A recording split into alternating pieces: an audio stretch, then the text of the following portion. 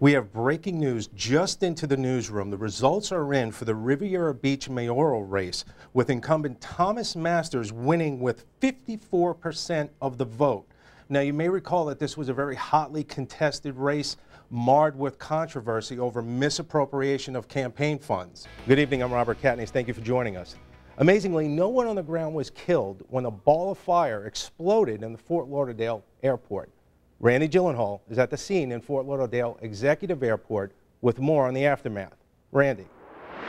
Developing now, the woman who said no jury would ever convict her completed her 17th day of testimony. Jodi Arias is accused of killing her boyfriend, Travis Alexander, by shooting him in the head, stabbing him 27 times, and slitting his throat. She is steadfast in her claims that it was self-defense. The owner of that repo business told WPBF that damages from this crash will cost him hundreds of thousands of dollars. He even had a boat in the parking lot that also caught fire and was destroyed. The conclave of cardinals have spoken, and more than 1.2 billion Catholics now have a new pope. Pope Francis, the 76-year-old pontiff, is a pope of firsts. He's the first Jesuit. He's the first from South America. And he is also known for his well-publicized empathy for the poor. Now, we reached out to the Archbishop of Palm Beach and asked him for his perspective. Take a listen. A Boynton Beach woman came face-to-face with an intruder in her home in the middle of the night. She tells WPBF exclusively how she was able to protect herself and call police. Martin County Sheriff's Office deputies are trying to nab a group of pillowcase burglars they say strike in the middle of the day. Tonight, the Ultra Music Festival is underway in Miami. OSHA inspectors were on site inspecting the venue after a stage collapse last night. 2 elderly victims are in the hospital tonight after a stabbing. The wife was stabbed with a butcher's knife. The husband was stabbed with a sharpened screwdriver. A Boynton Beach man has been charged with using his job to send oxycodone pills to New England. According to the criminal complaint, Jonathan DeLue worked at UPS. 2 people were killed and a 3rd was hurt when a scissor lift collapsed. It happened this morning at Port Everglades. Up next, eyewitness to disaster. Gas tanks were blown. The stage was set here at the Romney Victory Center in West Palm Beach for former New York City Mayor Rudy Giuliani, who stopped by to fire up the Republican base. He's going to be heading back to New York this evening to help with disaster relief in his home state, but will remain on the trail for Governor Romney through the election. Reporting in West Palm Beach, Robert Catanese, WPBF 25 News. This can of compressed air, something that you'd use to clean your computer keyboard.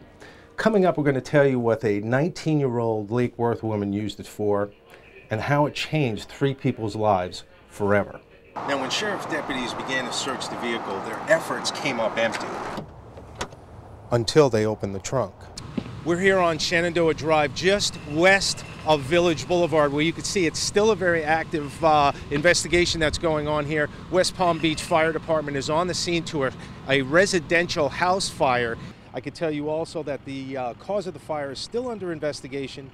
The fire department officials are on scene.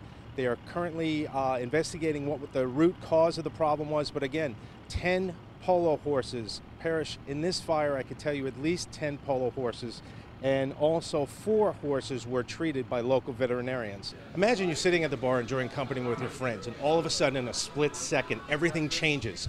A car crashes through this door 15 feet into the bar, and amazingly, no one. We're here in Lake Worth, just east of Lake Worth Road, where I could tell you the crime scene investigators from the Sheriff's Department are still on the scene.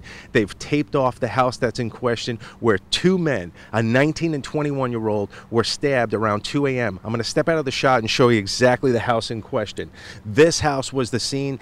People here at a local gun show in Fort Pierce are exercising their Second Amendment rights, buying magazines such as this, which holds 20 rounds for a Sega shotgun. Drive through any neighborhood here in Port St. Lucie and you're bound to run into one of these. And signs like that are usually parked in front of houses like this, empty due to foreclosure. Now, although Blanca does see the light at the end of the foreclosure tunnel, she does tell me she remains cautiously optimistic with Port St. Lucie's economic recovery. Fire Station 3 here in Palm Beach Gardens is home to a 9/11 memorial. Now, this beam from the North Tower is symbolic to you and I of that tragic day, but for one local man, it means so much more.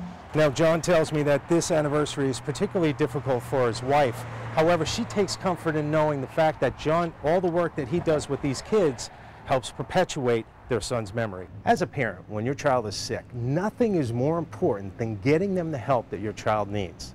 And thanks to a local iconic couple, help and hope are just inside those doors. Just couldn't ask for a better day here on Flagler Drive in downtown West Palm Beach, where over 1,000 runners and walkers showed up for the Susan G. Komen 5K run. Here at the Delray Beach Garlic Festival, there's so much to do. There's over 300 vendors, live music, and of course the fantastic food.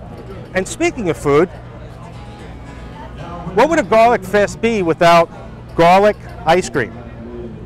You are looking at exclusive video of a suspect surrendering to police. This after an intense 4-county chase with speeds topping 100 miles per hour. I saw a whole bunch of flashing lights, and then I was holding my wheel. I'm like, oh my gosh, you guys, what's going on? I just saw a minivan, green minivan pass right by me in the left lane, and then 30 cop cars just passed it right by it. Police say the suspect is this man, 36-year-old Samal Hammond, and this wild ride all began in Dade County. Shots were exchanged between the Metro-Dade police sergeant that arrived and the suspect, and then the chase was on. And that chase ended here in Martin County with police deploying stop sticks along the way.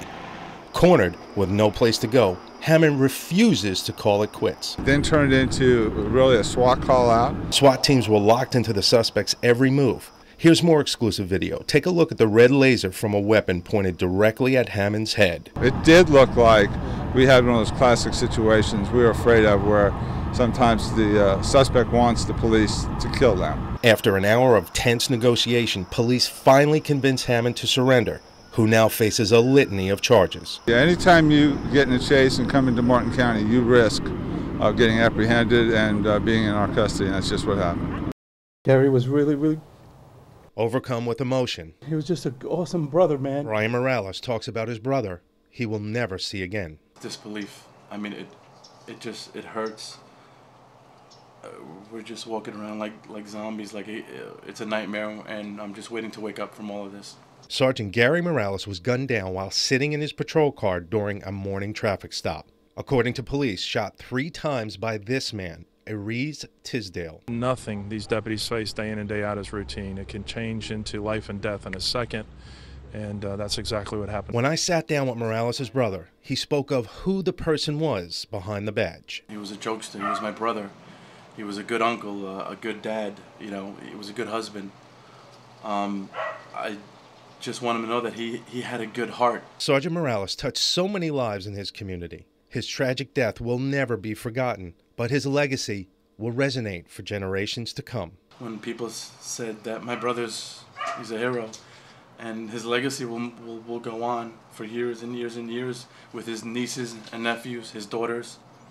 We're going to win this election because of people like you. Former New York City Mayor Rudy Giuliani stumping at Romney headquarters in West Palm Beach, speaking to GOP constituents on a wide range of topics and not pulling any punches when referencing the president's record. The president should be ashamed of himself with the unemployment that we have in this country. He should be ashamed of himself with the growth that we have in this country. Giuliani was outspoken on hot topic issues including the Hurricane Sandy aftermath affecting his home state. Right now doing a terrible job of disaster relief in my city, but nobody's talking about it.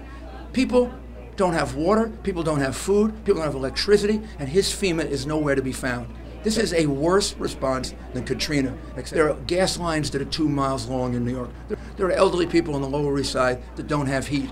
This is 4 or 5 days later. The Benghazi tragedy that took 4 American lives. The same lack of attention that's leading to this terrible disaster recovery in New York by President Obama is what led to the death of our 4 people in Libya. This was a breakdown in leadership that is so great that it should be faced before the election. And this man shouldn't be allowed to continue to be president of the United States. And the state of the election just 48 hours from the polls closing. Well, of course, it's very close, but I think the momentum is all with Mitt Romney. I see states like Pennsylvania tied, Minnesota tied. The former mayor knows the significance of this election, as does the Republican base. His vision of the future, summarized Sunday morning. Wednesday morning, we're going to wake up, and our country's going to be going in a much different direction, toward more jobs, more opportunity, a strong America that we can be proud of, and a president who will not leave our people behind. It's really sad when you wake up and you hear something like this going on in your neighborhood. When Isidro Zavala took the lives of his 11 and 12-year-old sons and then turned the gun on himself, all while his estranged wife witnessed the unimaginable horror, this quiet Boynton Beach neighborhood, the very next day, was the scene of a march for peace, healing, and prayer. Well, we were just letting them know that we're here with them. Their faith is strong, so that's a good thing.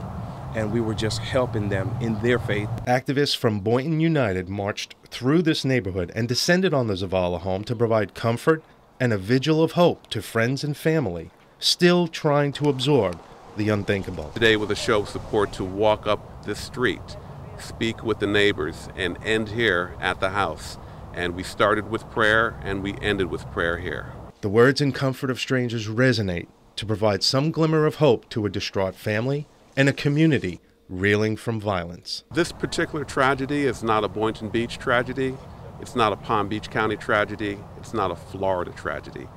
It is a tragedy that's repeated nationwide, it seems, too often.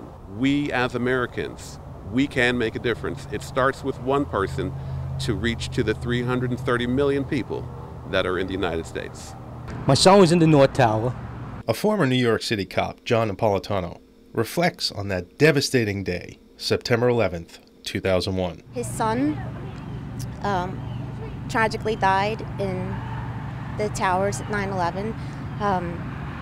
John, every year, you know, this is a tough time for him, but he wants to use the experience to share with the kids. John shares his personal experience of tragedy, helping educate a generation too young to remember what will never be forgotten. On September 11, 2001, we joined hands and hearts with those that we lost, with people some of us didn't even know, and gave their family and friends a shoulder to lean on. A history lesson for these students from Bright Futures Academy. Artwork presented to Palm Beach Gardens Fire Station Number 3 in honor of the 9/11 victims. It's a show of appreciation and gratitude. It's important because they need to learn from this. They need to learn what families went through and the importance of family today. They need to know what it is to have pride in the United States, what it is to be an American. These kids learn a valuable life lesson in courage of the fallen and pride for a country. Those that wish to honor my son, he's not here that you could thank him. But when you see a fire truck go by, or a police station, or an ambulance, wave. Be surprised. They're going to see it, and it'll go a long way.